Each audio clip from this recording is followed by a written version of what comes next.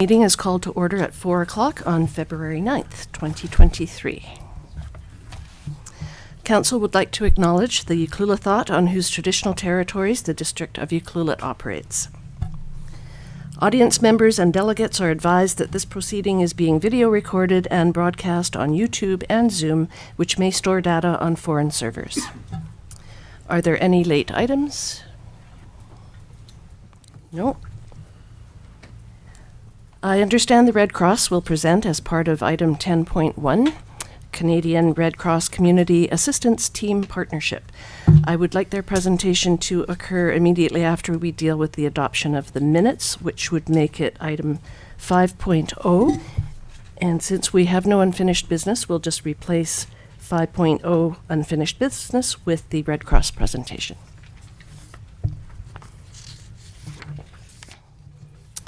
May I have a motion to amend the agenda to deal with the Canadian Red Cross Community Assistance Team Partnership as agenda item 5.0? So moved. Councillor Hoare and Councillor Anderson. I'll second that. Thank you. Any further discussion?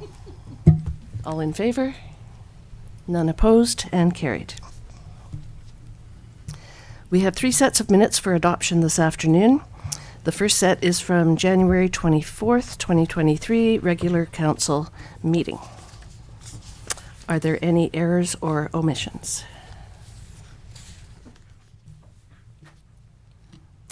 I found one typo on page 11 at the very bottom. Barclay Community Forest. Barclay is spelled wrong. Any other errors or omissions?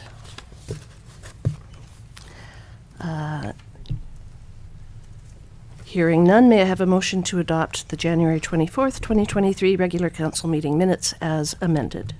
So moved. Councillor Anderson. Second.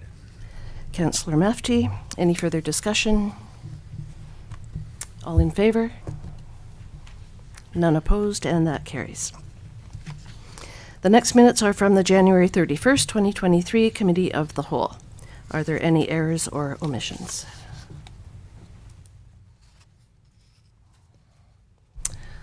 Hearing none, may I have a motion to adopt the January 31st, 2023 Committee of the Whole minutes as presented? So moved. Councillor Mafty. Second. Councillor Eric. Eric's fine. Kennington, thank you. Any further discussion? All in favor? None opposed and carried. Sure, you've been called worse than Eric. I have. Very recent. The final minutes are from the January 31st, 2023 special council meeting. Are there any errors or omissions? Seeing none, may I have a motion to adopt the January 31st, 2023 special council meeting minutes as presented? So moved. Councillor Hoare. Second. Who said that? I did. Councillor Eric. Kennington. Councillor Kennington. Any further discussion? All in favor? None opposed, and that carries. I hope I missed it. Was there a motion to adopt the agenda? Yes, there was. Fabulous, thank you. Yes. As amended. I didn't write down who moved and seconded. I think I did. I think it was Councillor Hoare and Councillor Anderson seconded. The next item is Canadian Red Cross Community Assistance Team Partnership. This information item was 10.1 and moved to this spot on the agenda when we amended the agenda. This report will be provided by our Fire Chief, Rick Geddes. Welcome, Mr. Geddes. Through the mayor, good afternoon, and I just want to thank you for moving up our presentation a little bit so our guests from out of town can get on with their business. So last spring, about this time, I received an email through the many emails that I get to do with emergency management regarding a pilot project that the Red Cross is putting on and looking for expressions of interest from specifically from rural, remote, smaller communities that could use some support in emergency management. So I took a second look at this and thought, yeah, this is something I'm definitely interested in, and wrote back, and we started communicating, and without a real plan in place, but just letting them know that yes, we're definitely interested. So later on, about the end of summer last year, I was advised that we were successful. We were going to be one of the communities that they would like to engage with on this pilot project. And so we've had a few meetings since then to sort of formalize what the project will look like. And as submitted with the agenda, the project details are in there, up to date. So the last couple of days, the Red Cross Community Assistance Team, comprised of Elaine Fisher and Jenny Dow, here are in town. And Ms. Fisher is going to do a presentation as sort of an overview of where we're at in the project right now and where we're going, and what's going to happen with it. And it's quite exciting. It's going to be a real shot in the arm, I think, for emergency management within the community and emergency preparedness in general. So I welcome Ms. Fisher.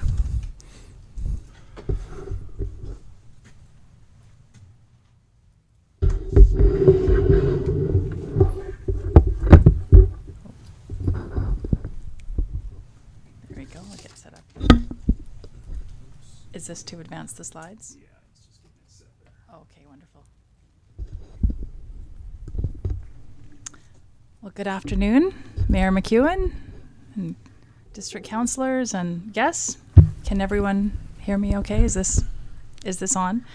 Thank you so much for inviting us here to address you here today. As Rick mentioned, my name is Elaine Fisher, and my colleague is with me, Jenny Dow, and we're members of the Red Cross Community Assistance Team. And we're very excited to partner with the District of Ucluelet on this emergency preparedness project. You've read in the information sheet that was sent out that we are just kicking this project off. This is our first community visit, and I'd like to spend about probably about 8 minutes telling you a little bit about the project.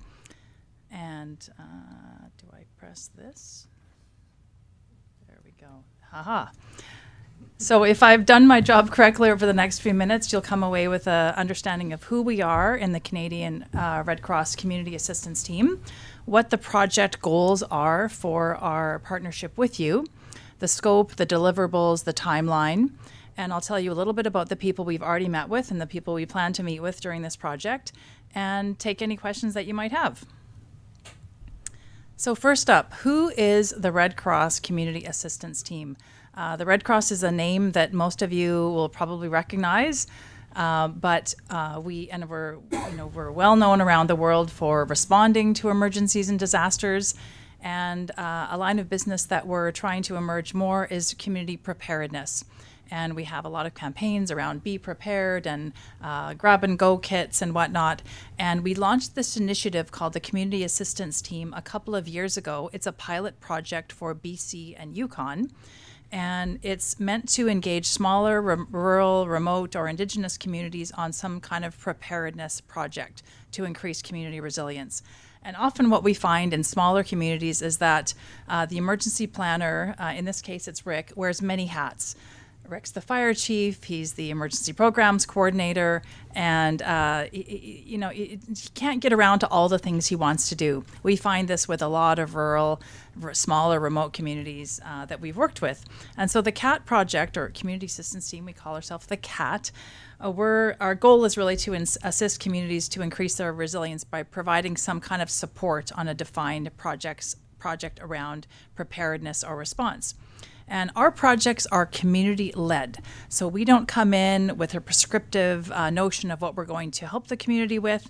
We allow the community to help define what the project will be. So Rick and I have been working for a few weeks to really look at what the project together should look like and what we hope to deliver. And we typically work with the community over about a 6 to 8 month period of time. So we want a project that we can accomplish during this amount of time. And by the end of 2020 and then into the first part of 2023, our team has worked with a total of 6 communities across BC, 2 First Nations, 2 municipalities, and one regional district. And then we're starting work with another First Nation community shortly. We just kicked it off this week. And then when we're not doing support to community preparedness, our team sometimes gets called away to response. So we've sent members to the Yukon fires, for example, earlier this year, or in the summer. Okay, moving on. So the project goals, and oh, thank you. Who is ever doing that? Thank you. Just happens magically.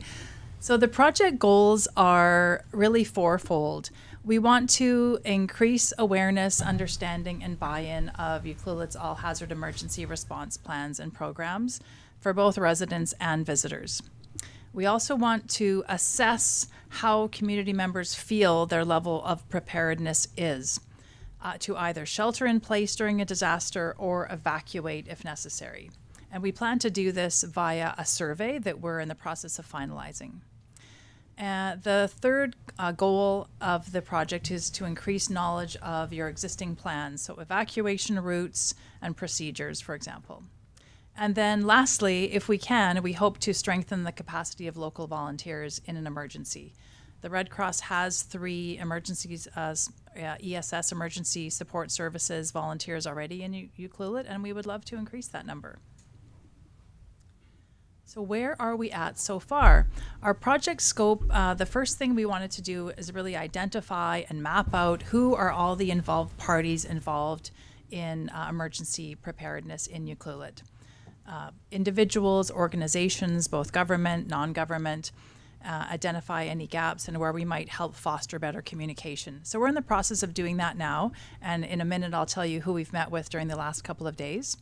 Our second goal is to meet with the stakeholders that we've identified in the first goal, in the first scope item. And we've had a series of great meetings the last couple of days. And then the third goal or scope item is that we want to survey the residents of Ucluelet with their knowledge of emergency management or emergency preparedness, see how well they feel they're prepared for an emergency. And we plan to launch that survey out through numerous channels with the involvement of people like Sam sitting over there. And then once we get the survey back, and she knows all about this, I'm not surprising her. We met with her earlier, right? Then depending on what the survey results tell us, we'll pick a few items to really work towards to increase that awareness and knowledge. And then we'll work to socialize your emergency evacuation procedures, your emergency preparedness measures. And then another thing we want to do is develop some kind of information campaign for tourists. So we know your population can triple or quadruple during the high season. Is the word getting out to tourists that they're entering, a hazard area where potential natural disasters could occur? Are they prepared? How could we engage them more?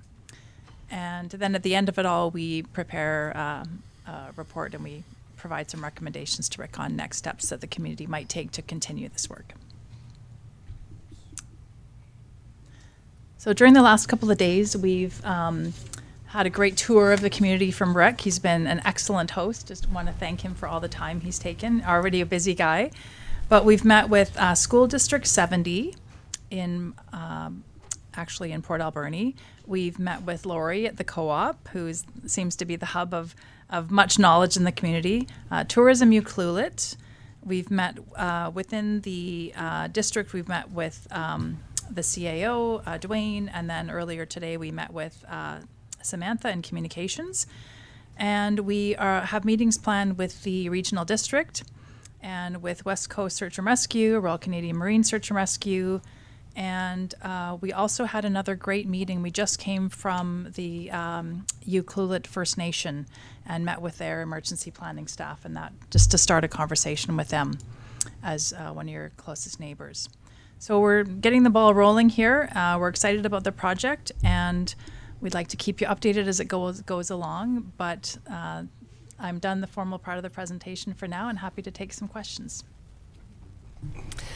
Thank you, Ms. Fisher. That's great. Any questions from council? Councillor Anderson? So through the mayor, I'm just wondering, I know you're not there yet, but when it comes to information for tourists, I'm just curious what that might look like. I know that's a difficult one, and if you've ever done that somewhere else in BC where there's I don't know how you would do that. It seems like a bit of a challenge. Yeah, we've had some great ideas through both Tourism Ucluelet, Denise at Tourism Ucluelet, and then Sam earlier today. We understand there's different ways to get information out to businesses here. So one idea that's come up has been the business license renewal process and the email list that goes out through that process to get the word out. Another is to provide, go through the Chamber of Commerce email system to get notices out to businesses. It's easier with the big hotels and resorts because it's harder with, the smaller private Airbnb operators who may offer rooms or portions of their homes seasonally or at certain times of the year. But we're hoping once we launch our survey, we're hoping to reach as many of the residents of the district as possible. Those people who are answering the survey, they are also the people who are putting their homes out for, say, Airbnb or short-term accommodation. And one of the questions in our survey is, do you operate temporary accommodation out of your home? And if yes, we'd like to talk to you more, essentially, and have the further conversation. But if we could work with both communications and say tourism, Ucluelet, about perhaps a QR code that could be given to Airbnbs, we put at the visitor center, notice boards around town, just kind of getting the word out to, if you're a visitor to Ucluelet, scan this QR code. It'll take you to the landing page of how to be prepared, some of the hazards in the area. So the ideas are forming. We're not fully there yet. If any of you have great ideas, please channel them up through Rick. It is a bit of a tricky one, as you said. Thank you. Thank you. I was at an ACRD budget meeting this morning, and they're just finalizing the West Coast escape route plan, and I think that's going to be presented to us in April, so that could tie in nicely with your project as well. Yeah, we would like to hear more about that. In fact, we're planning our second visit during Tsunami Preparedness Week, which is the second week in April, and perhaps it's in good timing with that report as well. That's probably why they're releasing it then. Yeah. And then that's another good point to mention is that this project is just one of many that Rick is working on. He's, he can tell you more about it himself, but he's got a few other irons in the fire to kind of bolster up emergency preparedness in the community. That's great. I had one other question. It said that Ucluelet was one of 4 communities accepted into the project for 22-23. Who were the other 3? Oh, happy to tell you about that. We just finished our work in Campbell River, where we helped the city construct or develop an extreme weather plan for both heat and cold emergencies. The second project is, my colleague here, Jenna Lee, is leading that project. It's in Taku River Tlingit First Nation, which is in northern BC, about 2 hours drive south of Whitehorse. Very unique community project focused on individual household preparedness. And that community's got some unique challenges because they have no cell phone service, and they're one road in and out. And they're quite small, isolated, and remote. So Jenna Lee's got her work cut out for her there. But there's a lot of commonalities between that project and this one in terms of getting the word out to the community. And then our last project is just launched this week. Another member of our team is working with the Tla'amin First Nation, which is on the Sunshine Coast between Powell River and Lund. And then the projects we did before that were with the Penticton Indian Band around building some knowledge and training around emergency operation centers. And our first project was with the Cathet Regional District, which is also near Powell River. Wow, very diverse communities for sure. Mm-hmm. And that just kind of reinforces the fact that each project we do is community-led, and they're all quite different from one another. Excellent. Any other questions from council? No? Well, thank you for your presentation, Ms. Fisher. And Mr. Geddes, are you wanting to further speak to this? Through the mayor, thanks. Thanks for the opportunity for them to present that presentation, the overview of the project. So just a couple of things that Ms. Fisher touched on, the Tsunami Preparedness Week in April. Another project that I'm working on that's actually going to tie in very nicely with this one is the University of Ottawa project that's based on our evacuation route plan. which will be similar and is actually being designed by the same company that's doing the ACRDs. So the plans will all tie in nicely. But what our plan is, our goal is that weekend, the second weekend of April, is to have a planned community evacuation drill. And University of Ottawa is going to come in and actually help organize it. And they're going to be asking for volunteers to carry GPS sensors throughout that evacuation drill, so we can actually get real, true data of how long it takes somebody in any particular point in town to get to high ground, and which will help us in our overall emergency planning. So that's the goal of in April. To more info to come on that. I'm meeting with the University of Ottawa next week to discuss that. And one other note about this project, and that'll help appease Ms. Monteith a bit, is that the project is there is no cost, and that's why I didn't come to council earlier. We didn't need a resolution of council to apply. It's not like the grant process. So that was one of the big benefits that I saw of this, is that there was no charge to the community. So That's always a good thing. thank you very much. Thank you.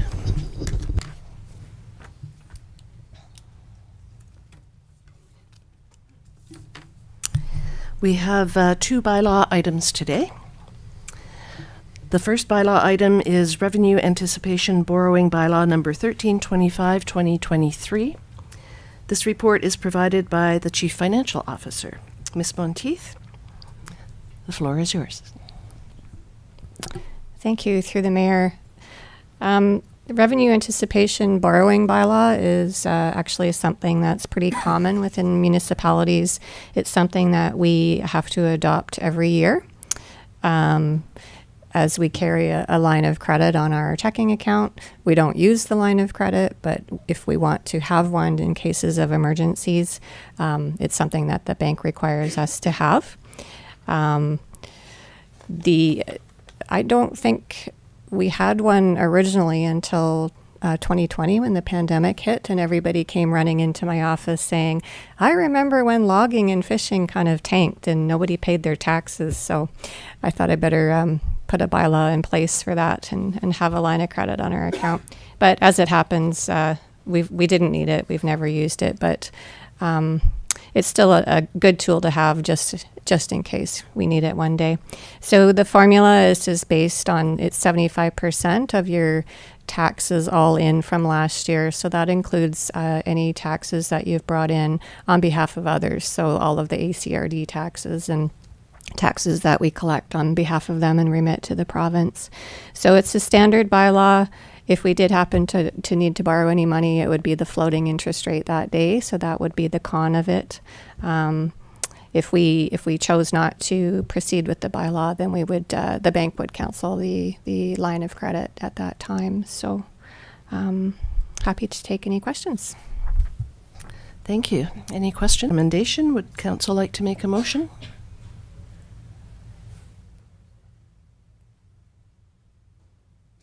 No fights for it. All right. I will move that council give first, second, and third reading to Revenue Anticipation Borrowing Bylaw number 1325, 2023.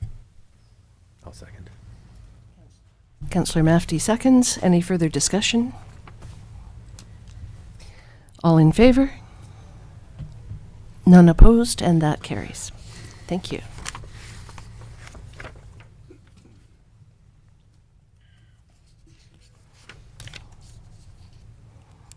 The next bylaw item is Zoning Amendment and Development Variance Permit for 1300 Peninsula Road. This report is provided by the Director of Community Planning, Mr. Greg. Welcome.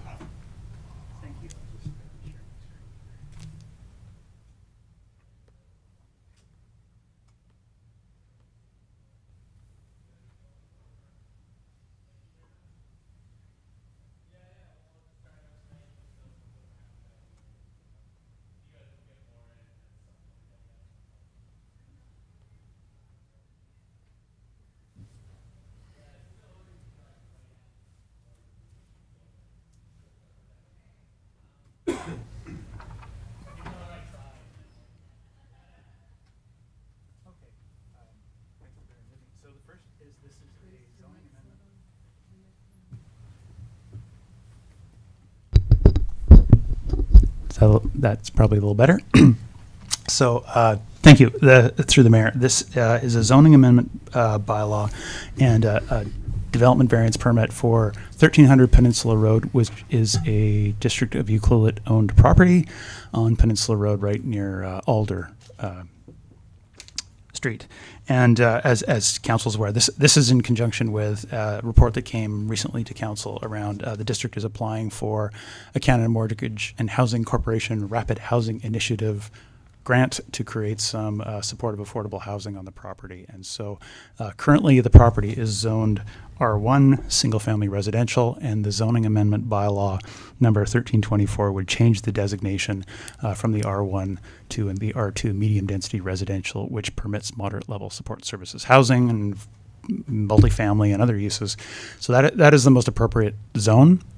It also would set the minimum front and side setbacks to 1.5 meters and the minimum rear setback to 3 meters for a property, for this property, for the use of the moderate level support services housing, which is the sort of official term for that use. Just for if someone's watching on Zoom, so the setback, really the minimum setback, most of the buildings are further back, and this is the initial sort of concept site plan that we're using to move forward with the grant application. There's sort of one corner of this building that would be within the, right on that 1.5 meter setback. The other component to this is a development variance permit for the parking. So this would reduce the required off-street parking to essentially allow 5 parking spaces, one for each of the proposed units, as opposed to having visitor or guest parking spaces, which is typical for multifamily. It is a site, so there would be one dedicated parking space for each of the housing units. And in the aerial, you can see that if there were visitor parking, there is on-street parking available across the road, basically, just across the crosswalk. Are there any questions from council at this point? Questions from council? We're looking at basically a duplex and a triplex. Is that correct? 5 units? Yes, it's 2 buildings. It would be the same mass. So I've gone back here. So there's a duplex. So there'd be 2. They're ground-oriented housing units. They'd be accessible on the ground floor. Really sort of family-oriented, potentially, single-parent housing. And so really the difference between the buildings is that they, I think, would appear very similar. That the northern one, the one half, if you will, would actually be split into 2 smaller units. So more of a single or couple housing. Those, because the wouldn't have the sort of accessible bedroom on the ground floor necessarily, but be on the second floor. So they're 2-story buildings, fairly modest in size. So would they look fairly similar to what Mr. Lefebvre built near Blackrock over here? Not unlike that, exactly. Oh. Sort of a fairly narrow. They're what's sketched out here. And if anyone's curious, there is a request for proposals, which that we put out on BC Bid last Friday for proposals from builders to do a design build. What's sketched there is 14-foot wide modules, so they could be potentially modular. That's about the most you can roll down the road and bring in as a one piece, or they could be built on site. But so they're a fairly compact, so a little narrower, 2-story with a pitched roof, townhouse type options.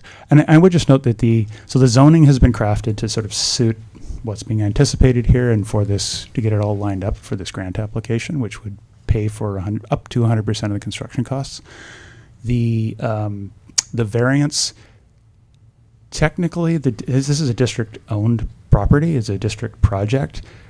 Do we actually need a variance? Probably not. The district doesn't need to vary its bylaws to do its own works. They're generally exempt. However, just for full transparency and being, basically treating ourselves like we would others, the development variance permit just makes it really clear what is being sort of brought forward here. Thank you. And it's a fairly quick turnaround time on this grant application, is it not?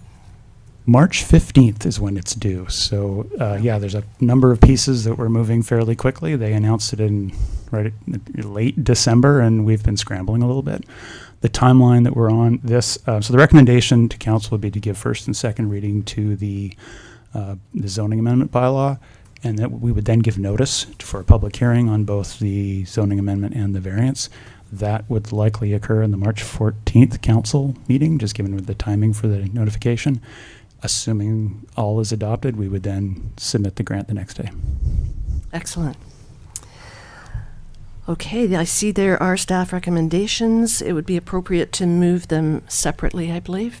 Would council like to make a recommendation? I am happy to move this. I looked through this. This was the meeting I was not here for, but my mother who was a single family or a single parent, she and I kind of walked through the little SketchUps of the things, and they are very livable spaces, and I think it's a brilliant plan. So I feel it important to move this. That council, with regard to the proposed development of 5 affordable housing units at 1300 Peninsula Road, give first and second reading to District of Ucluelet Zoning Amendment Bylaw number 1324/2023. And do I have a seconder? Second. Councillor Kennington. Any further discussion? All in favor? None opposed and carried. And I will move that council, with regards to the proposed development of 5 affordable housing units at 1300 Peninsula Road, direct staff to give notice for a public hearing to be held on District of Ucluelet Zoning Amendment Bylaw number 1324/2022 and Development Variance Permit 23-02. And a seconder? I'll second. Councillor Mafty. Any further discussion? Should that be 2023? Bylaw number 1324/2023, Mr. Rotenberg? Is that a typo? It's Bruce? Recommendation 2. I believe you're correct. It is bylaw. Let's see. Yes. yeah, I think so. Okay, do we need to defeat this and redo it? Well, it hasn't seconded yet, has it? Oh, yeah, I did. Sorry. Yeah. Yeah. You were too fast. Nobody to blame but myself. Yeah, Eric. procedurally, take it to a vote. That way it's a nice, clean process. Reread. This is clearly a situation where we're just trying to correct a drafting error. So that would be my recommendation in this circumstance. Okay, call the question. All in favor? All opposed? And that's defeated. All right, trying this again. I will move that council, with regard to the proposed development of 5 affordable housing units at 1300 Peninsula Road, direct staff to give notice for a public hearing to be held on District of Ucluelet Zoning Amendment Bylaw number 1324/2023 and Development Variance Permit 23-02. I'll second that. Councillor Mafty. Any further discussion?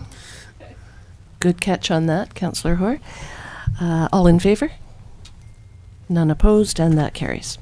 I absolutely didn't want to have this delayed because I said the wrong date. That was a good catch. Thank you. Thank you.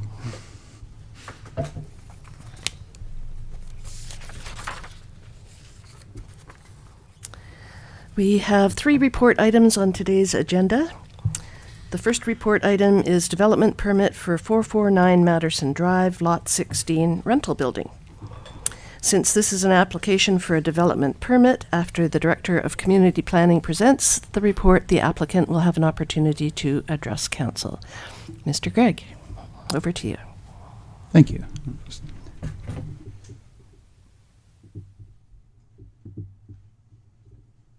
Sorry, just takes a second to get the pointer up here.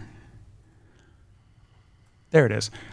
So this is, as I said, development permit application for what we refer to as Lot 16, 449 Matterson Drive. So what's highlighted in red on your screen here is the portion of Lot 16 that the development permit is being applied for. Because currently Lot 16 is the entire property, which is shown in the dark blob on the screen, that it is proposed to be subdivided. That is happening concurrently. That application is coming forward. This application is really for the form and character of the proposed 48-unit rental apartment building on that portion, which will become or would become a separate parcel first. But at this point, they're seeking council approval or support for a development permit, again, for the form and character of the development of that corner of what currently is one larger property. And so I'm not going to go into great detail on the building design and whatnot. The applicant may wish to do that, but I do have some slides that sort of highlighted some pieces of it. This is the site plan. So this is the property. It's directly across the street from us here. So the as noted, it is a one building. They have taken some measures to try and sort of break up the mass, so it appears as sort of two buildings that are kind of connected in the middle. But it is a 48 unit, 3-story apartment building with surface parking. There is a note I just wanted to note in the staff report that talks about they have internal circulation with a pedestrian pathway, and at that time we didn't have all the plans for how that would sort of connect to the sidewalks. This next slide shows we received this on Friday. As I said, they're working concurrently on their subdivision. This is the engineering civil servicing drawing. So it shows a sidewalk.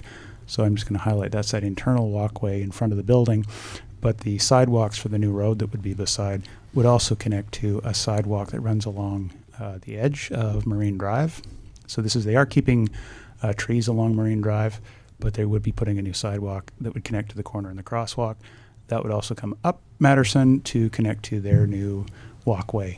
That isn't shown extending all the way up to Victoria Road, and that's something that would be part of the discussion going forward. That for today, I think focusing on what's being proposed for the form and character of this apartment building is really the focus of this.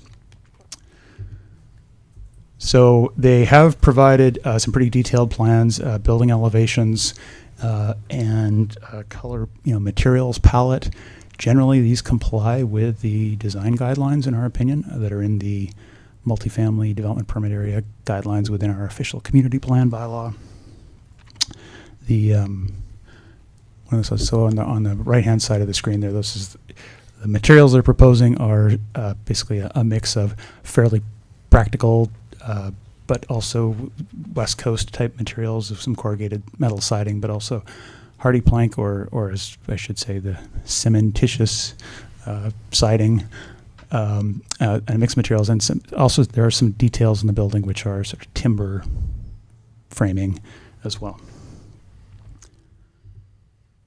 That's really, in broad strokes, the development that's being proposed here. As I said, through the zoning process, it was committed that this property will be a rental apartment building, that there is a covenant on the title that would preclude this being stratified and sold as condos, or also it is for long-term housing. There's no short-term rentals allowed within the zoning. The other piece was that this was to be the first phase of their development. So they are proceeding they have an application in for the preliminary subdivision review, also a variance. As expected, they were proposing that the road standards be slightly varied. Our standards date to 1989, so I think every recent subdivision has varied those standards. So that variance application would come back in front of council. As I said, the sort of technical parts of the subdivision are under review as well. So I'd see if there's any questions, and I'm not sure if the applicant or their architect may be on the line as well. Thank you. Any questions from council so far? This is a 3-story building, correct? Correct. Yes. Is the applicant available to address council? Mr. Rotenberg? I believe the applicant has raised his hand on Zoom, and I'm just about to promote Alfred, I believe it is, to panelist, so he can speak. That would be the architect, I believe. Yes, I see Alfred is the one with his hand up at this time. Alfred, you've been promoted. Okay.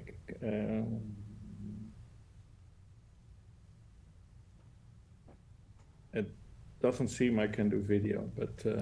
I can help with that, Alfred. Just give me a moment.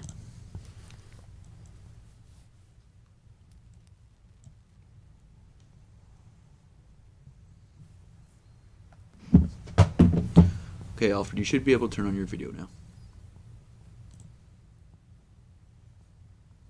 Okay. Yeah, that works. Welcome. Yeah, good day. I didn't prepare really to present it, but I can do that.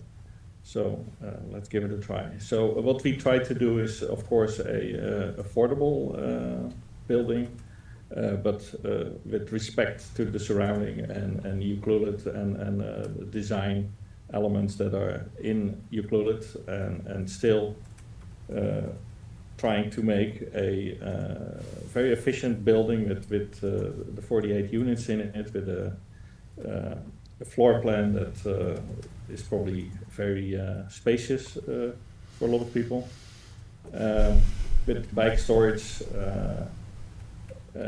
regular storage as well. So in all, I think a very efficient building. And we try to break the volume of the building with different colors, warm colors, a break at the entry with another material, and all in all, I think it's just going to be a fitting building for the site, with enough character and individuality for the people that live there. So that's basically in short. Yeah, we provided an area outside for people to sit or do barbecue or talk with each other. At all the floors, there's a spacious entry into the elevator, which would allow for people just to hang about and have a chat. All these elements are in the building, available for the people that live there.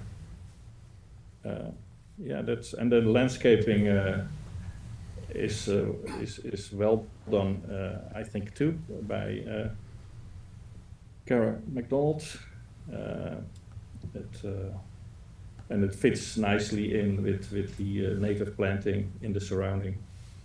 There might be some views from the top floor over the ocean. I'm not sure how the tolls really are there, but I think there would be. So I think it's a very pleasing building, or at least we are pleased with it. So I'm not sure what you think of it, but that's what I can say about it. Thank you. Is there anything that resembles sort of a little backyard in behind the units? There is some landscaping area next to the seating area, but we kept the native trees and planting along what is it, Madison? Yes. Parallel to the building. So there would be room for some initiative there, I imagine, but I don't think it's shown in the landscape plans at this point. So that is something that we might be able to provide if that's requested. And it looks like there's little balconies on the top two floors. Yeah, every unit has a balcony. Oh, great. So. And is it on-street parking, or are you providing parking? No, it's all on-street parking. It would be very costly to try to put parking under, which would, of course, raise the rental of the units. Right. The objective is to keep it low cost. Yes. Questions from council? Councillor Hoare, you're chomping at the bit. I just appreciate some of the design details of the units. I had a little walk around. You mentioned storage. I know there's bike storage. Are there also like storage units, somewhere for, I don't know, my Christmas ornaments, as it were? Yeah, there is bike storage, and next, further along, there's a regular storage too. I don't have the floor plan on my screen here now, but yeah, there are two types of storages, and they could be divided in a way that we feel fit. but yeah, there is regular storage available. Awesome. I really appreciated the bike storage. I thought that was really nicely done. I don't know. I like the look of it. It could be surfboard storage too. This is true. Any other questions? Councillor Kennington? Yeah, through the mayor. I appreciate the design as well. I'm just a little curious about the horizontal color scheme. It seems quite, the massing is very wall-like. Was there any exploration into sort of more variance between the two? Like you've got a red building and a beige building. Was there any thought given to each one of those blocks having like alternating at least so it didn't seem like such a color wall? Yes, I started out with that, with the vertical volumes with different colors. But it didn't really create a building as a whole. It became a little bit fragmented, really, and so we decided on to reduce the amount of colors a little bit and bring a little bit more harmony in the building with the horizontal layout color scheme that we have, and then the vertical elements are also broken up in the roof, where different indents are made, supported by heavy timber.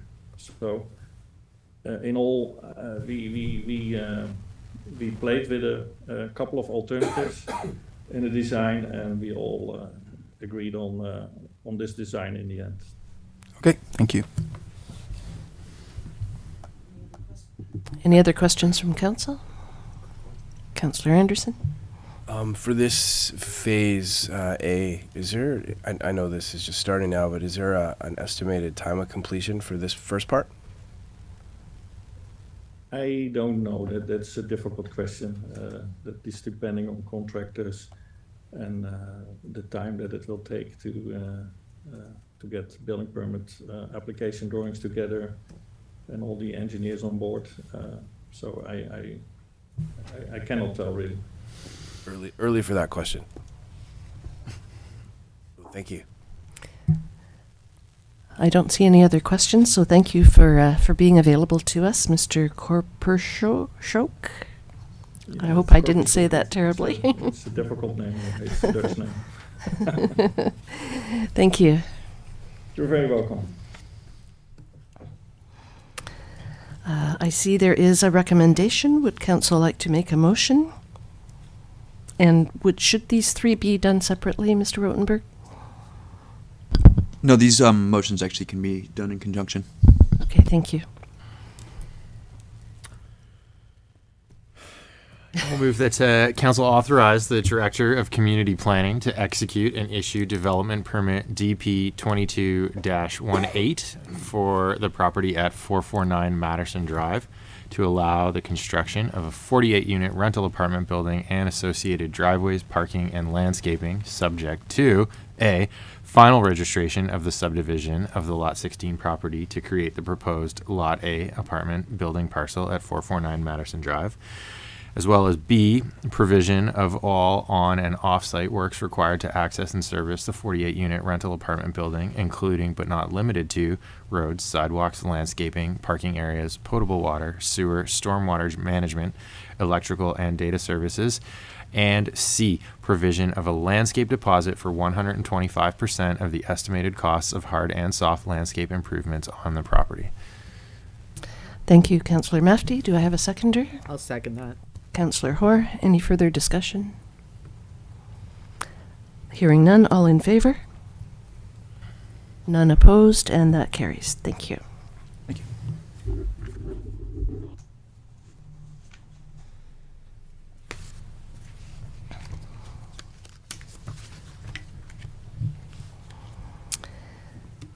The next report is Temporary Use Permit 23-02, Lot 16, Marine Drive.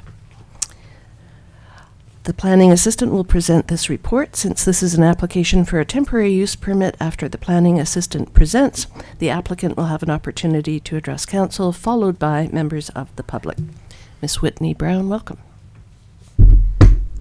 Thank you, Mayor. So, yeah, this is a suitable follow-up to the previous permit application before you. As you can see in just one moment, as you can see in this map, this temporary use permit application is for the property at 449 Matterson Drive, known as Lot 16. And the applicant in this case is a representative for the Milner Group, an island-based construction company involved in the construction of the rental apartment and development, which council just considered previously. Next slide, please. Is your microphone on? I think so. Well, maybe I just have to stand a lot closer. Yeah, that's way better. Okay. Thank you. Did you folks hear me, or should I just try again? Do we think the folks on Zoom heard? Yeah, I think the audio is actually coming through well. Okay. We'll move Proceed. on then. So the applicant is proposing to use a portion of the property for the placement of 5 seasonal recreational vehicles to provide accommodation for the construction workers on this Lot 16 housing development. So this temporary use permit would be for a maximum of 1 year from the time of issuance. And the RVs would be sited there, as you can kind of see on the map circled in red in that area. They would use generators and battery power. The potable water would be available regularly for all units to have within the units. Their septic tanks would also be regularly pumped out. So this is a temporary kind of camp. They would have garbage and recycling self-contained within the units, as well as kind of commercial grade locking bins available on site. As well as vehicle parking for each occupant available on site. So the access for each trailer would be down, you can see kind of in the shaded gray, that access A, road A use. And originally the applicant had planned to locate the RVs on future Lot 30. You can see in this future subdivision plan, as this is their kind of most convenient location, closest to the access road. They did amend that plan after conversation with staff to provide a larger barrier from the existing residential properties close by. The site will be managed by an on-site superintendent, and the contact information for this person will be available to the district to contact for any issues arising from the site. Also, the final site layout, so with the locations of all those exact locations of those RVs, will be confirmed and then approved by the Ucluelet Fire Chief prior to any occupation of the units, as well as an inspection of each unit. So at this time, I'm available to answer any questions that council may have, and of course, the applicant and any members of the public who wish to speak on this should be given a chance. Thank you. Has it been looked at that the generators are far enough away from any current residences that it would not disturb them? The generators would be located adjacent to the trailers there, so within that site, as you can kind of see. Thank you. Any questions from council? Oh, sorry, and just one more point to that effect. There is a requirement in the permit itself that the kind of quiet hours be observed, so they can only operate until 10 p.m. Oh, good. No other questions? Would the applicant like to speak?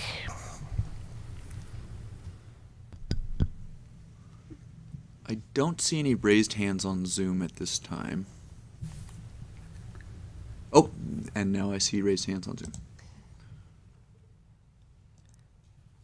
Okay, the Mr.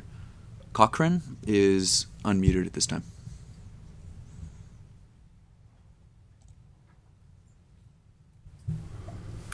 Hi, just if there's any questions, we're free to address. Thank you. Any questions from council? I have one. Through the mayor. Councillor Kennington? I'm having trouble getting past the generators going until 10 o'clock at night all day long. I've had this happen, and it causes a great amount of stress. I'm wondering how difficult it would be to connect power without using generators, or soundproofing the generators in a CCAN or something like that, because I can't see looking people in the eye here saying, yes, it's okay to run generators 12 hours a day?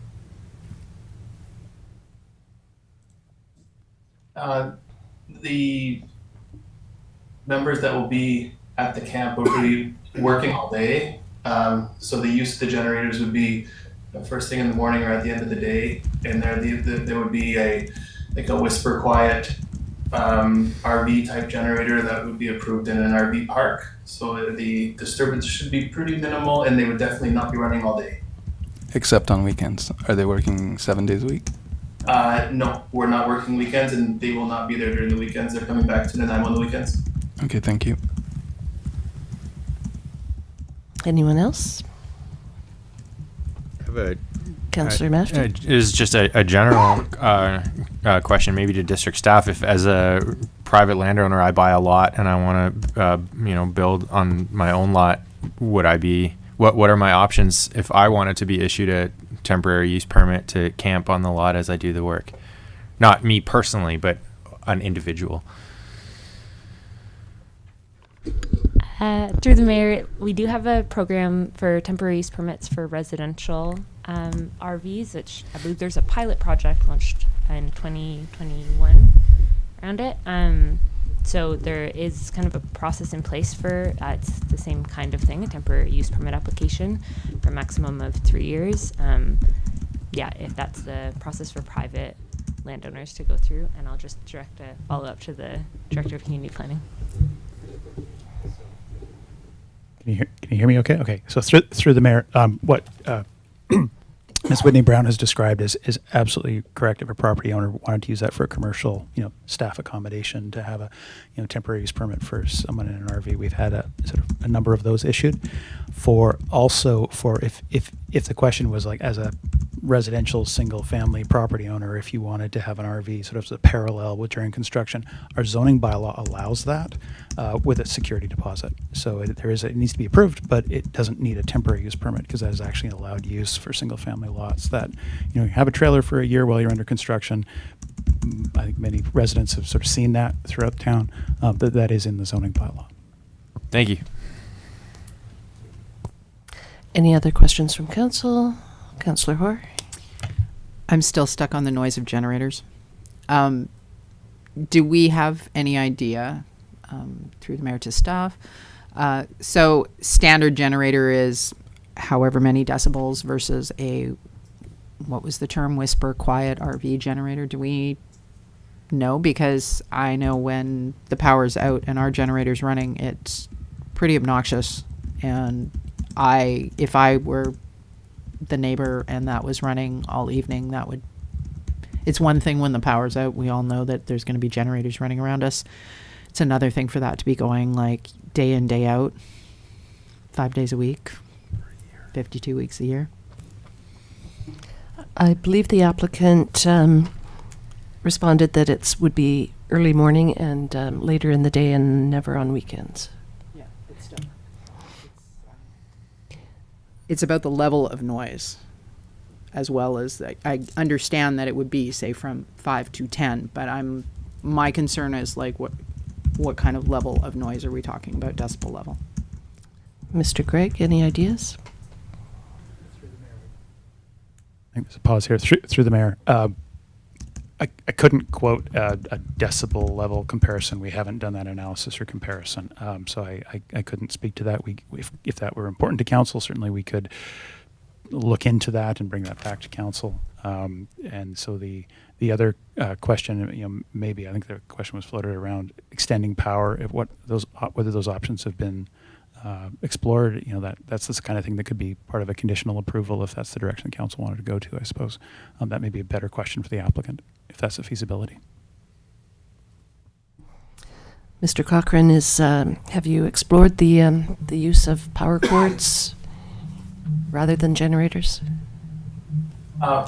We had not as of yet, but we also would have the option for different noise dampening measures if the local residents were finding that they were bothered by the generators. Given the size of the site, we would also have the option of moving further away from residents if needed. So we're definitely here to be as minimally invasive as we can be to the residents and still be able to get our project done. Okay, thank you. Councillor Mafty? Through the mayor, I just want to chime in support of Councillor Kennington and Councillor Hoare's objections and refer not just to the immediate neighbors, but the proximity to Big Beach, which is the way that I see it, a bit of a community resource. I know from my own personal experience that there are a lot of people that go to Big Beach late at night, early in the morning to find a moment's peace and quiet or 5 minutes or whatever. I completely understand the realities of, running a job site, but I do worry of, what the level of frustration might build to if it's just a constant distraction. And I would certainly be very interested to see if there were opportunities to avoid the generators and run power directly to the site. I think that might be a really happy compromise for everybody. If council has no more other questions, it would be an opportunity for members of the public to address the proposed temporary use permit. Are there any members of the public attending in person that would like to provide input on the permit?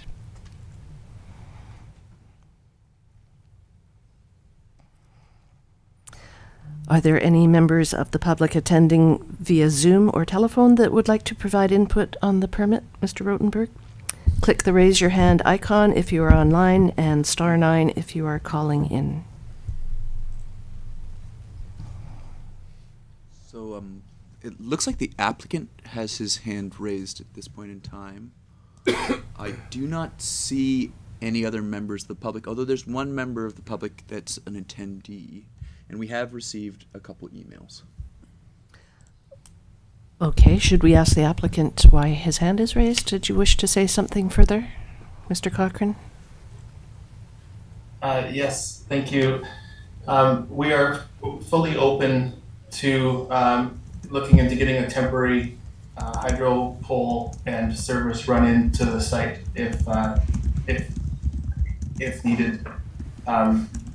Due to the project starting right away and looking to get somewhere for our staff to stay, and with all the lodging constraints that are in the area, the generators provide immediate access.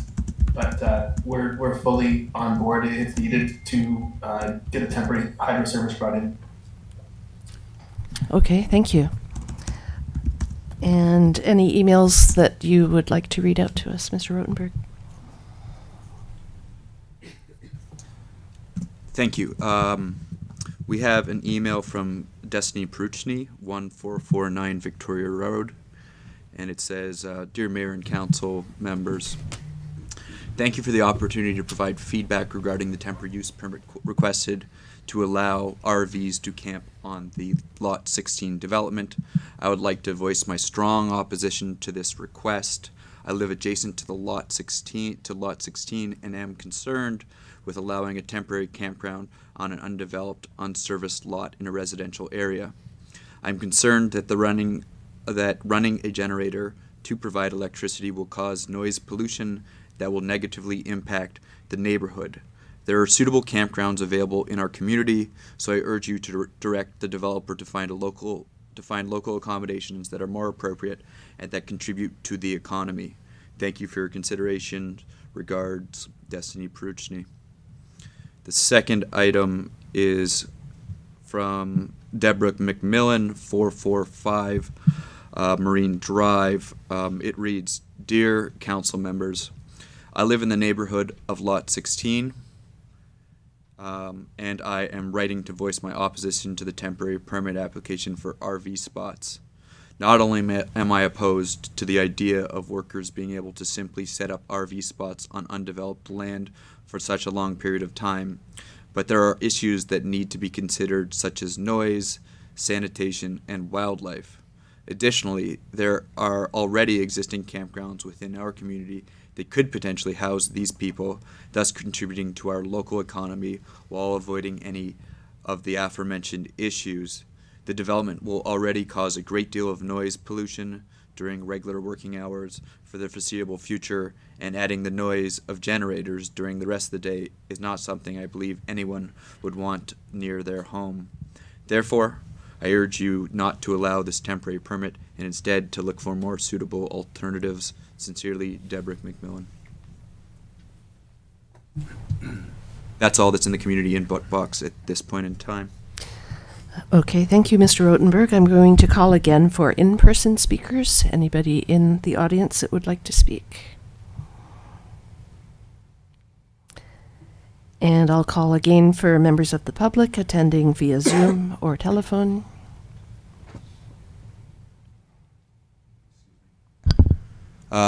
I do not see any hands raised on Zoom at this time. And can you check one more time for any emails, please?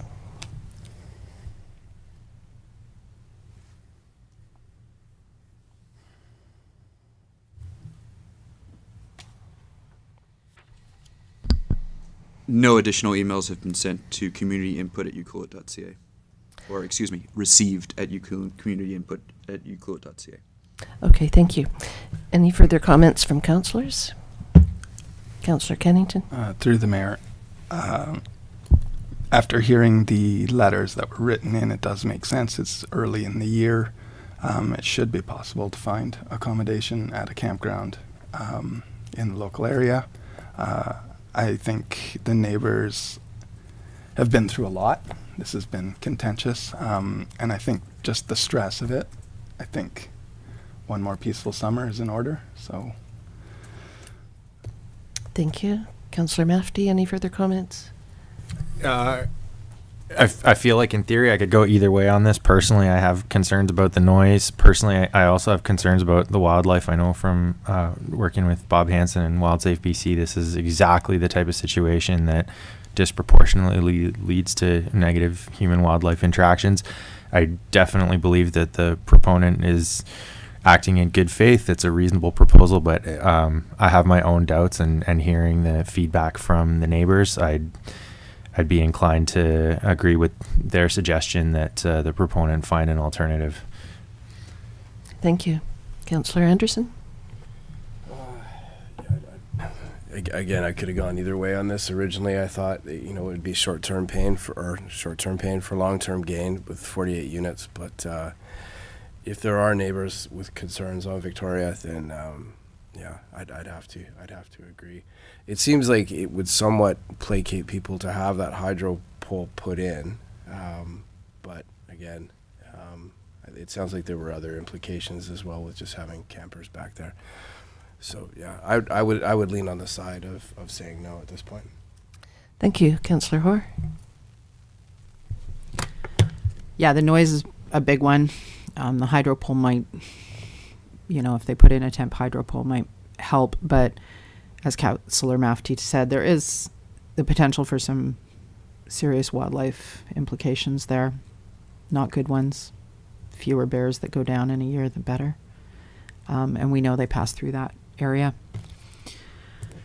Any chance of, garbage being out where it shouldn't be is always a bad thing. I feel like there might be a better solution, and it might be a local campground, or maybe it's coming back to it with a revamp where they actually run some power, and that might mitigate it. But yeah, not really happy with it as it stands. Thank you. There will be obviously noise from the construction of the buildings, so the neighbors are going to have that to deal with as it is. And there are, at this time of year, lots of empty spots at local campgrounds. So there is a staff recommendation if someone would like to move that, and then we can vote on it. I'll move that council reject the application for temporary use permit 23-02. Second. Councillor Mafty moved, Councillor Kennington seconded. Any further discussion? All in favor? None opposed, and that carries. Thank you.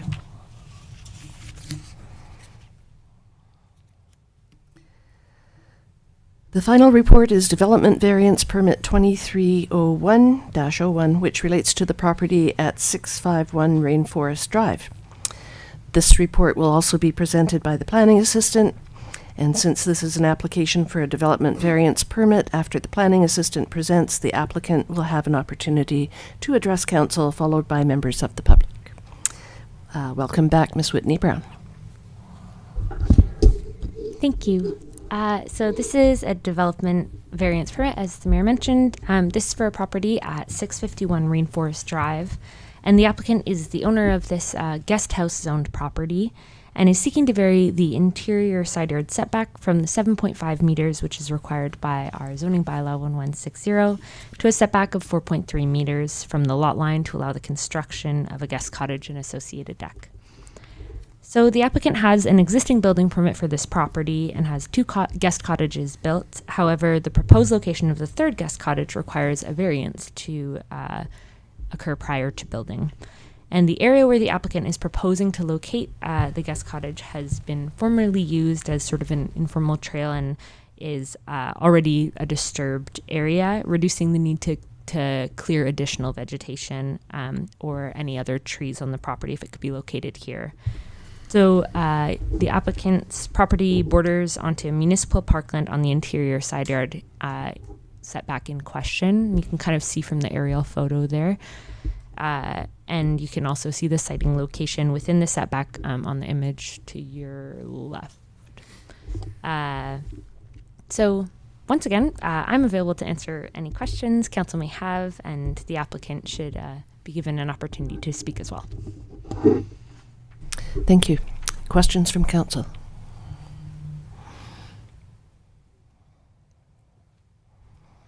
Mr. Harkin, would you like to speak to it? Thank you. I just want to know if you guys have any questions for me. I think it's all laid out there pretty clear. Do you have any questions? Through the mayor. Hey, John. Ian? Yeah, I understand. Like, I read through this last week or when it came out, and I understand there's some, like, a lot of riparian areas and creeks running through there, and this is kind of the best location to avoid those areas. Is that correct? Yeah, there's actually 3 creeks running through the property, which I've actually had a meeting with the biologist, the biologist report that you have there, Dave Clough. He was on the property yesterday, and he's going to be sending an email to the planning department this week about how well I've done on the property. He's quite pleased with everything I've done in respect to the flora and the fauna and staying, keeping, as you can see from that aerial map, there's quite a lot of trees on my property still that I've managed to keep. Yeah, I know Dave doesn't mess around, so if he says... Yeah. Yeah. Thank you. Thanks. Any other questions for Mr. Harkin? No? Okay, thank you for coming tonight. Thank you for having me. And this is an opportunity for members of the public to address the proposed temporary use permit. Does anyone attending in person, would anyone like to provide input on the permit? A variance. There's Variance.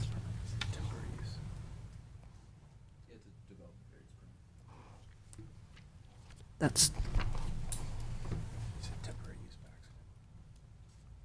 temporary use permit. That was the last one, though. It's a variance permit in this case. There must be a typo.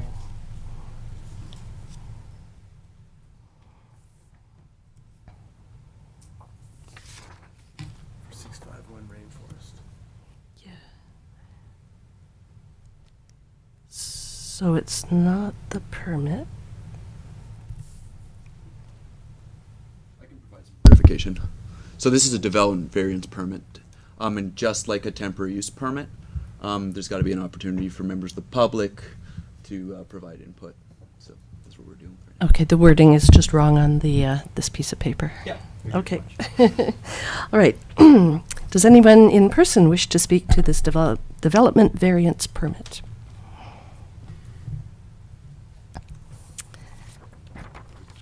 Are there any members of the public attending via Zoom or telephone that would like to provide input?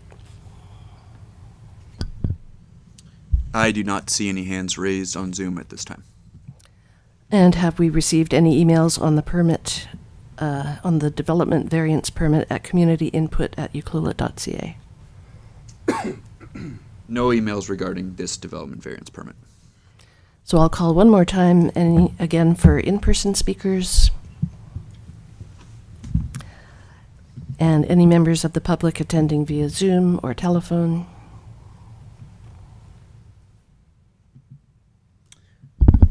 I do not see any hands raised at this time. And any emails on communityinput@ucluelet.ca. No additional emails have been sent or received at this point. Okay, I see there is a staff recommendation. Would council like to make a motion? Council Anderson?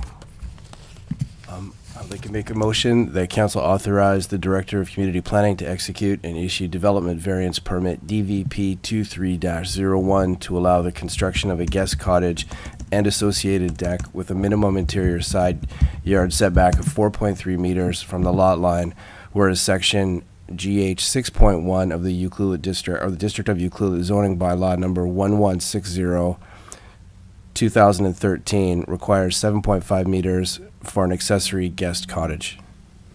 Thank you. Do I have a seconder? Second. Councillor Kennington, any further discussion? Councillor Mafti?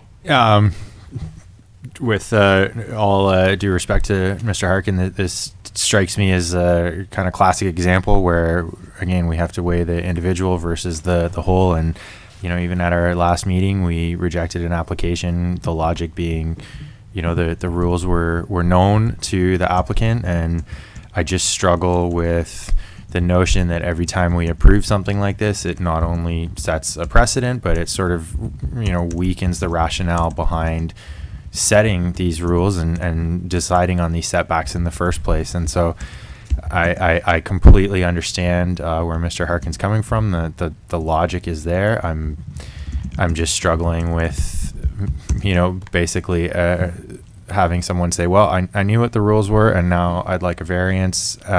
It's a tough one for me. That's why they have to come before us. It's a one-by-one situation. Mr. Gregg, do you want to speak to that?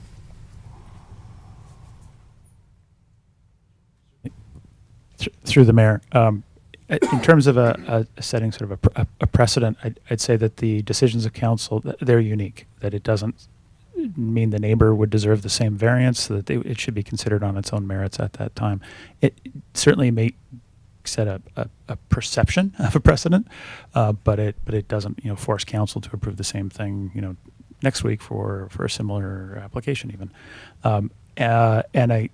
But I would say that the ability for council to issue a development variance permit, it really, and the variances in general, that's something that has sort of gone hand in hand with the authorization of municipalities being able to set rules for zoning. It's always gone hand in hand, initially in the 1920s with boards of variance around, also recognizing that sometimes there are reasonable cases to vary the rules, if you will, so that it is a common practice, but they need to be sort of weighed on their merits in each case.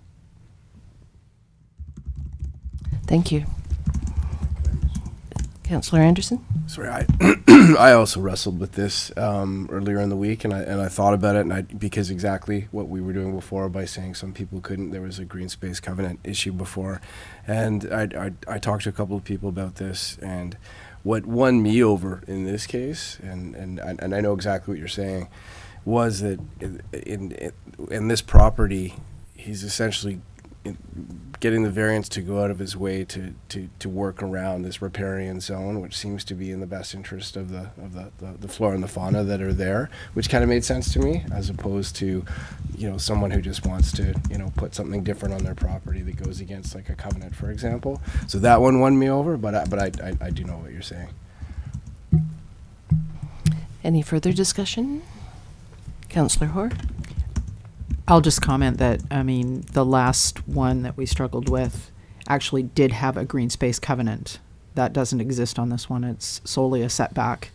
And as Councillor Anderson mentioned, it is a setback that is protecting, further protecting some of the riparian zones, allowing this building, and also protecting some of the trees, because other trees would have to come down if it got recited.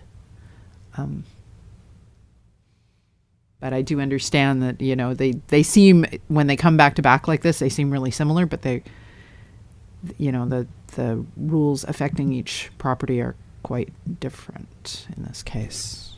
Yes, and that's why they come to us individually. And yeah, I totally saw the benefit of putting this cabin in that particular spot on that particular property. Any further discussion? Okay, we have a motion on the floor. All in favor? None opposed, and that carries. That's a good question. Excellent discussion. So you're good to go. And I'll just say, Johnny, that I would love to stand on that bridge and watch more deer walk underneath along the stream bed with you anytime.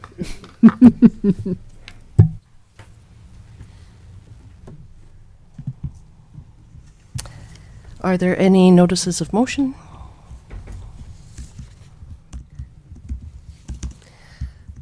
Okay, correspondence. Are there any? Well, we'll go through the correspondence. 9.1, I believe, came in just at the last meeting, and we've already dealt with this issue. So we can just receive it. 9.2, Heritage Week. I did send a big poster that was given to me to the Historical Society last week so that they can do something with Heritage Week and hopefully put on some sort of little event of some sort. 9.3, Introduction to Social Procurement for Elected Officials and Senior Leadership. I have attended several of these over the last 8 years, but I would encourage anyone that would like to attend. It's a really fascinating topic. And I do have a potential resolution if someone would like to attend this.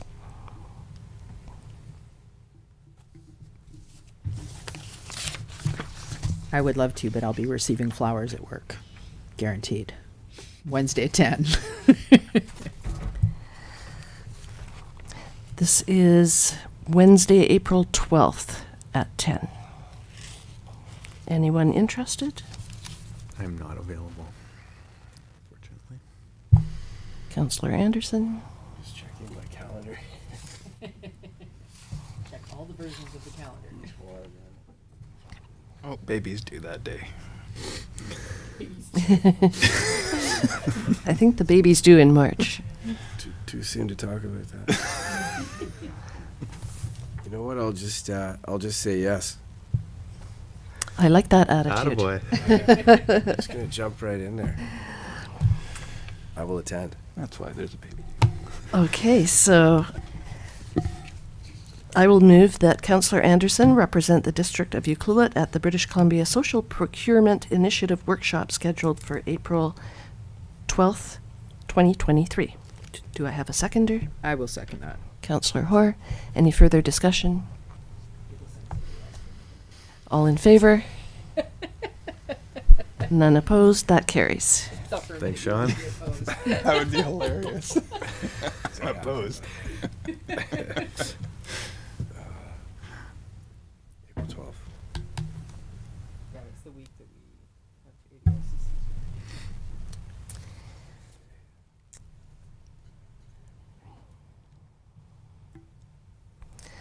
Information items. We've dealt with the Canadian Red Cross, so the only other item is the Southern Resident Killer Whale Bulletin. I note that the public survey is open until February 19th. Anyone want to discuss that one at all? Okay.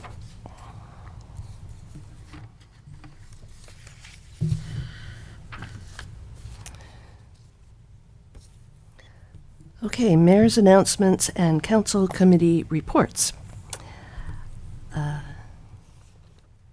Councillor Anderson, do you have any committee reports?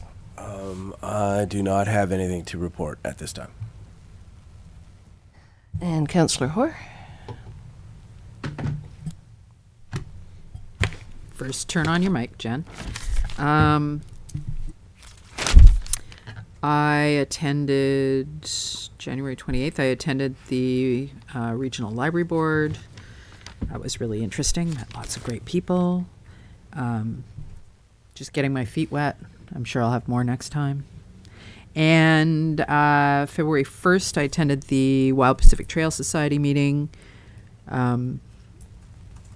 They're doing a lot of planning coming into Whalefest. So if you have not seen Silva's presentation on the Pass of Melfort that she does, she's doing it in here. So she does it with all of the slides and stuff. That's always amazing. And they will be doing whale spotting with Parks Canada, and there'll be lots of other things. I'm sure Raincoast is involved somehow. I don't think we are this year, believe it or not. I don't know who you are, Mark. What have you done? They're still on the hunt for a full-time naturalist. You know, anybody who has a niece or nephew or friend who happens to have some skills. Just saying there's a job there. And that's it. Thank you. Any questions for Councillor Hoare? Councillor Mafty, why are you not participating in the Whale Festival? Oh my goodness! Well, we had plans to run an event, and it was predicated on finding an instructor to teach a weekend course. And Whale Fest occurs at a time of the year when just about every whale expert is busy studying whales in the field. So we may yet cook something up. We're obviously long affiliated with the Whale Festival and big supporters of it. So even if we don't have an event, I'll still be very keen to participate. I don't have anything specific to report. A month or so ago, I mentioned that the University of Victoria Geography Department is here, working on a variety of community engaged research projects. 2 of those projects are relevant to the community of Ucluelet, even though the students are based in Tofino. One group is working with some of the students at USS to basically develop a curriculum focused on like place-based learning, in essence, figuring out how students relate to where they live and creating a curriculum that can sort of develop a mechanism to make that part of the curriculum in years to come. So it's like a package of information that will be given to the school and the teacher. So that's really exciting. And we also have some students working with us at the Raincoast Education Society and collaborating with Birds Canada on work that we've been doing for the last couple of years to update data that supports the designation of Barkley Sound as an important bird area. And so whether folks are aware of it or not, Barkley Sound is a designated important bird area, and it's one of the crown jewels in Canada's network of IBAs. And so we're really excited to do that work, collect that data, and ultimately make it available in a format that is going to help inform management decisions, but also stimulate some local pride and stewardship initiatives, because what we have in our front yard is really, truly, honestly remarkable on a national scale. So yeah, that's all I've got to report on my end. That's it. That's it. That was a lot. That's great. I think the IBA had a hand in producing the interpretive signage in Spring Cove for the Wild Pacific Trail Society. Yeah, they I believe that they did, and that's one of the things that we're working on, is figuring out how to develop some more interpretive material. There are lots of visitors to our area, especially that they see beautiful scenery, and that's always there, but a lot of folks here have an appreciation for the ecological richness of Barkley Sound that maybe a lot of people overlook if they're not familiar. So that kind of signage is seen by so many people who visit our community. It's well worth it. Excellent. Thank you. Councillor Kennington. I attended the UDI Understanding Development Realities Zoom conference. It was interesting. It was basically talking about the challenges of financing in an interest rate environment that we're in, and how municipalities can work with developers to do things like rezone properties or give density bonuses to increase the equity in the land that they can take to the bank to say their portion of that project is bigger, and it's really a stroke of a pen as long as the community is okay with it. So they did provide the the slide deck, so I can forward that on to everyone. It's not totally related to us, but on a smaller scale, it could be. For example, the apartment building next door would maybe have fallen into that realm. So Interesting. It'd be good to see the slide deck, actually. And Councillor Anderson, didn't you attend that too? No, I ended up having an appointment that I had to go to in Port Alberni, so I ended up missing it. But I checked out the slides after they were sent to me. Oh, good. Yeah, it was interesting. Good. All right. Thank you. Any questions for Councillor Kennington? No. Okay. January 25th, I went to the ACRD meeting. Nothing to report out of that, really, that affects the West Coast specifically.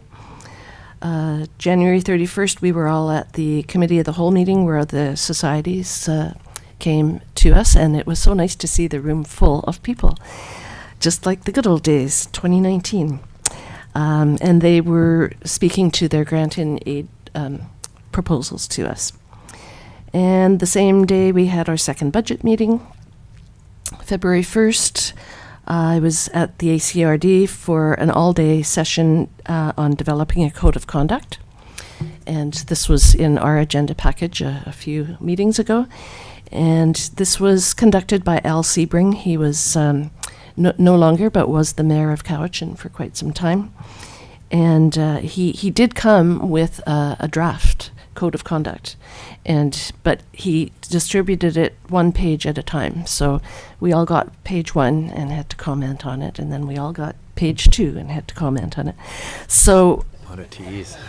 so it could have been done in half a day, honestly, but it was really good, and there was some good discussion that came out of it. And he's going to make the changes that we've suggested and then email us an electronic version, which may be helpful for us when we're developing our code of conduct. February 2nd was my very first Resort Community Mayors meeting via Zoom. There's 14 of us, as you know, 14 resort communities, and I think 13 of them were represented on that Zoom meeting. And it was just really interesting talking about how critical it is to keep the RMI. As you know, based on our last budget meeting, RMI is funding quite a number of capital projects for us. And it was an hour long, but I got a lot out of it. It was really interesting. And another interesting fact is of those 14 resort communities, there are only 2 female mayors. And I'm one of them, so there you go. I think Osoyoos is the other one. February 7th, I met with Samantha from the Multiplex just to get an update. And they are going, I think they've already put in a request to be a delegation to give Council an update, because they are making great strides. It's really impressive. And February 8th, I was at the Barclay Community Forest board meeting. Always interesting to hear what they're doing. And I think I mentioned it before, they are going to schedule a tour for Mayor and Council. But they have lined up their April meeting, April 12th. They would like to, and this will come as a formal invitation, but they are going to invite Mayor and Council to that meeting, and it's going to be held at the new Toquat Community Centre at Makoa. And so we'll have a tour of the community centre, and they'll provide us lunch. Show us Secret Beach and the marina and the Toquat Bay Dryland Resort. So maybe mark that on your calendars tentatively. It's April 12th. I'm at social procurement now. Oh, you're gonna have to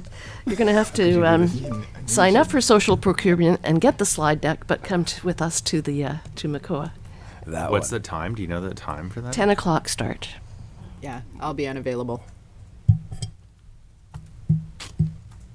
Uh-oh.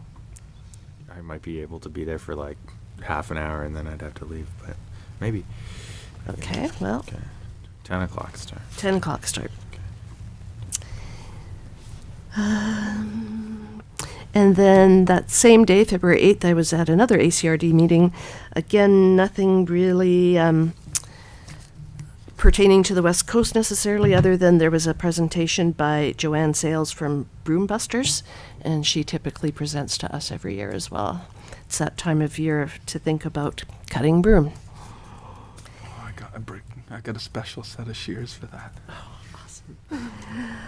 When we had the closures, it was always good to keep a set of shears in your car, and you could do it when you were stuck. When you're stuck at the construction zone. 2 losing battles in one.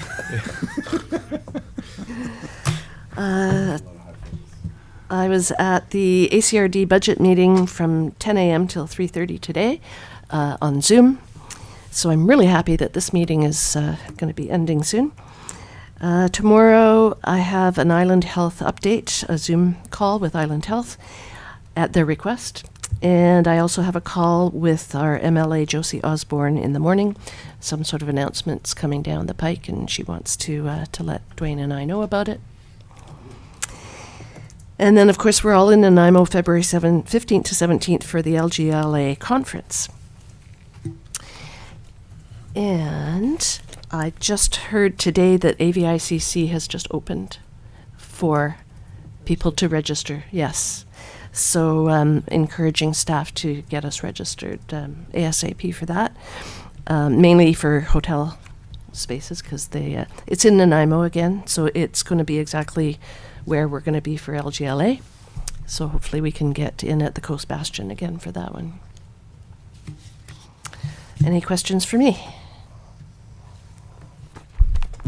I'm looking forward to hearing from Miss Hackett about the multiplex. I saw her in person the other day, and she's usually quite enthusiastic, and she seemed particularly enthusiastic. So. Yes, we had a great meeting. It was just an hour, but a lot of good ideas. They're looking to, well, I can maybe share one bit of news. SD70 wants to be one of the communities that is represented at the multiplex. So it's, yeah, the new superintendent is very keen to be involved in the multiplex somehow. I think it's for outdoor learning situations. And I mentioned that Rain Coast Education does something very similar, and they see the value in that. And so back to my question, why doesn't SD70 provide funding for the Rain Coast Education Society? Anyway. I would love to know the answer to that myself. And Praz has also come on board as a huge supporter of the multiplex because they love big lobbies where they can have art shows. So that's kind of cool too. It was just a really interesting conversation, and I did suggest that they look into the option of building a museum out there, and that would be a great regional initiative. Finally, and that's it. Any questions? Any other questions? Okay. This is an opportunity for the public to ask questions and provide comments on items that have been addressed on today's agenda. Items not related to today's agenda will not be heard. Are there any questions from the audience? Are there any questions by Zoom or telephone, Mr. Rotenberg? No hands are raised on Zoom. Press *9 if you'd like to speak by telephone. No hands are raised. And have we received any questions via email to communityinput@ucluelet.ca? No new emails at this point in time. Excellent. There is no closed session this afternoon, so this meeting is adjourned at 5:39. Wow. Can I have a motion to adjourn? I'll make that motion to adjourn. Okay. Councillor Kennington, perfect. Seconded. And seconded, Councillor Mafty, all in favor. They do this at the ACRD. They do a first a motion and a second and a all in favor. So Nice little. That's the cue to turn off the cameras. we're good. Awesome.